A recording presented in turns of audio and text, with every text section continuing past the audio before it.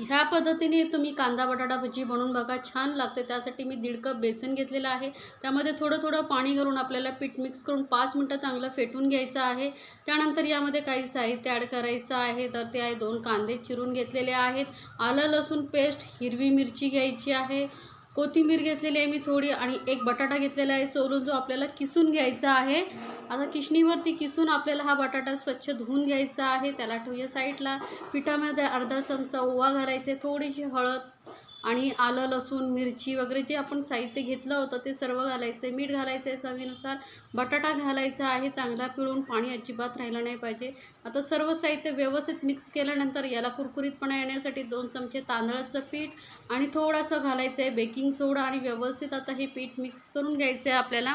गरम तेलामध्ये भजी सोडून तळून घ्यायची, छान कुरकुरीत अशा भज्या होतात आणि चवीलाही अप्रतिम लागतात।